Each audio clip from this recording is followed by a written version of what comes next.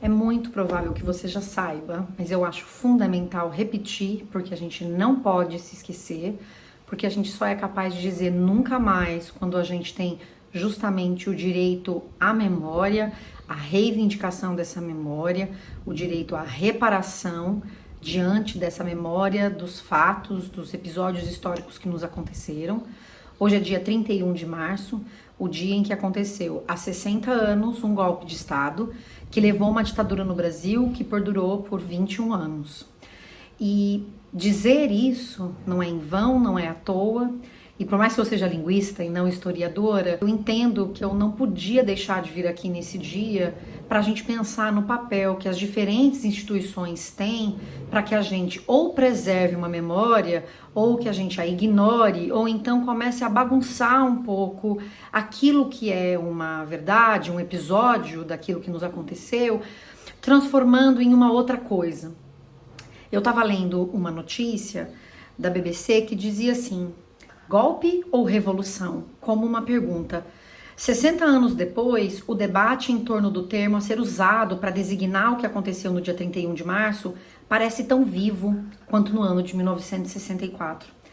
E veja, eu entendo que é muito importante que se traga as informações sobre a nossa história, é claro, isso é fundamental.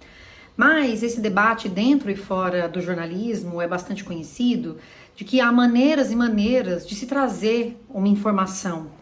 Eu falo isso muito aqui, dentro da perspectiva de um olhar sobre o texto, de que uma mesma fotografia, por exemplo, pode ser descrita de maneiras muito diversas. Então, é possível falar sobre o golpe de 64 sem se questionar se aquilo era golpe ou não. E aí você pode me dizer o seguinte: mas Jana, observe, a gente vive um tempo em que há sim quem chame o golpe de revolução. Mas veja, esse é um falseamento histórico. Então, transformar esse falseamento numa parte legítima do debate, como se um debate fosse, na verdade, entre uma coisa ou outra, é sim um problema. É um problema para que a gente tenha direito à memória, direito à reparação e direito à justiça, direito à verdade. E nesse sentido, a gente tem tantos elementos que são combinados para que um jornal decida que vai falar sobre um tema de uma maneira ou de outra. A mais rasa e talvez mais simplista seja essa. Não, é porque as pessoas sim hoje têm debatido essa questão. Mas justamente quando a gente olha com uma lupa um pouco maior, a gente entende que esse debate não é um debate legítimo. Porque o que a gente teve foi um golpe, foi uma ditadura que aconteceu não apenas no Brasil, mas em vários países da América Latina, e a proposta de chamar de uma outra coisa que não o golpe de 64 é uma proposta que vem de um revisionismo histórico, que está muito atrelado a uma lógica de uma extrema-direita que bagunça episódios da história a seu próprio propósito e conveniência. Então veja, quando um jornal decide trazer a pergunta como se uma pergunta fosse quase como a título de curiosidade ou para chamar a atenção das pessoas, eu acredito que um jornal não pode jamais se esquecer do papel que tem e que quando propõe a pergunta é como se a pergunta houvesse, quando na verdade o debate deveria ser colocado em um olhar, a partir de um olhar bastante crítico sobre o que é esse revisionismo histórico. Ou seja, não há debate, não é um olhar legítimo sobre aquele episódio ocorrido. É a busca por um revisionismo, por ignorar o que são aquelas violências que não acabam com esse fim da ditadura. Eles se perpetuam, eles continuam, são violências que são sistematicamente cometidas pelo Estado, em diferentes circunstâncias, regularmente. Você tem aí as Forças Armadas, os militares, que têm um papel muito importante nesse episódio da história e em como essas violências vão se perpetuando.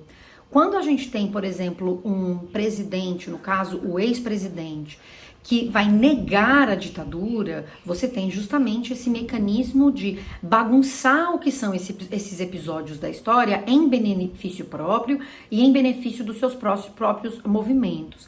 Esse é um movimento, essa é uma realidade antiga no Brasil, porque tem essa questão, inclusive, de um discurso tosco que vai dizer que a ditadura no Brasil não foi bem assim, quando na verdade a gente tem até hoje ossadas em que pessoas que desapareceram na ditadura ainda não foram reconhecidas, não houve direito a saber para onde é que essas pessoas foram. Essa batalha ela continua aí. A gente pode pensar justamente nas violências que são cometidas pelo Estado e que se fortalecem no período da ditadura, mas que não morrem nela.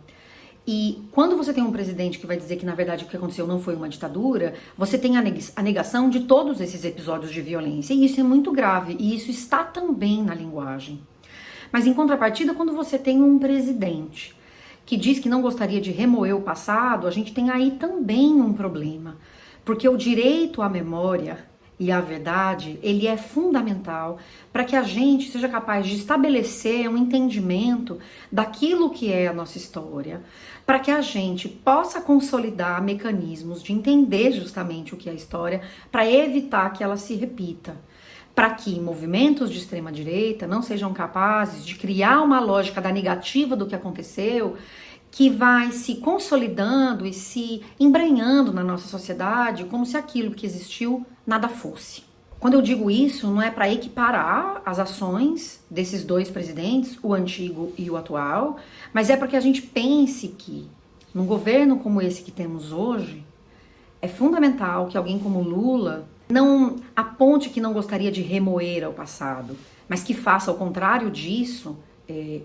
Por exemplo, o restabelecimento da Comissão Especial dos Mortos e Desaparecidos, que crie mecanismos para que essa história siga presente no dia a dia das pessoas, que elas conheçam esses espaços que foram aparelhos de repressão, para que elas saibam o que foi essa realidade de repressão e violência e como ela segue atuando no cotidiano das pessoas, mesmo que elas não necessariamente se deem conta disso. Então, é preciso sim olhar para o passado, é preciso sim não só olhar para ele, mas reconhecê-lo, entender o que são essas violências, para que elas não fiquem banalizadas, ignoradas ou negadas. Elas precisam ser reconhecidas. É por isso que se fala, e por outras tantas coisas, que vai se falar em direito à memória, em direito à verdade, em direito à reparação. Quantas não são as famílias que não sabem o destino de seus familiares, de seus parentes, de seus filhos, netos, maridos, esposas, sobrinhos? Quantas não são as famílias, não só na ditadura, mas até hoje, que veem seus filhos e outros tantos entes queridos sendo assassinados como se nada, a partir de uma lógica de violência que é perpetrada pelo Estado, de algo que se fortaleceu enormemente na ditadura e, repito uma vez mais, não deixou de acontecer porque a ditadura acabou. Então, não se pode ignorar esse passado. E aí eu volto então para essa manchete: golpe ou revolução? O debate segue vivo. O que é que nós estamos chamando de debate? Quando eu falo da questão de ser legítimo ou não, é porque quando você falseia episódios da história, não é possível que esse tipo de falseamento seja chamado de debate.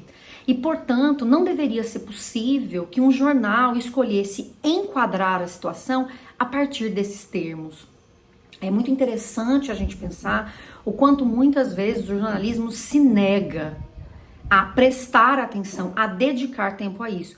Porque muitas vezes também tem parte um pouco, né, de alguma maneira, é cúmplice daquilo que vai acontecendo, nessas violências todas, né? Tem inclusive um artigo muito interessante que eu deixo aqui embaixo, vou deixar uma série de materiais para vocês aqui embaixo, na descrição do vídeo, sobre a cumplicidade de uma série de organismos que inclusive se desculpam posteriormente com o que aconteceu, por exemplo, na ditadura. E é interessante a gente olhar para o momento presente e pensar essa cumplicidade que, por exemplo, os jornais têm com um tipo de, entre grandes aspas, debate, que efetivamente não é um debate, é um falseamento de episódios marcantes da história em benefício do que é, neste caso, a extrema-direita. É possível, como eu disse antes, debater este tema, discutir a questão desse falseamento, digamos assim, da história. Mas não é fazendo a pergunta, é golpe ou revolução? Como é que chama? Embora exista essa conversa, ela vem justamente a partir dessa tentativa de reescrever algo da história que não é como aconteceu e que, portanto, deveria ser pautado nesses termos. Ao invés de uma simples pergunta, como se, nossa, o debate segue muito vivo. Não, não. Se ele é reavivado, é em função justamente desse esforço de uma extrema-direita que atua não apenas no Brasil, mas em diferentes países do mundo e que vem vendo, inclusive, um crescimento.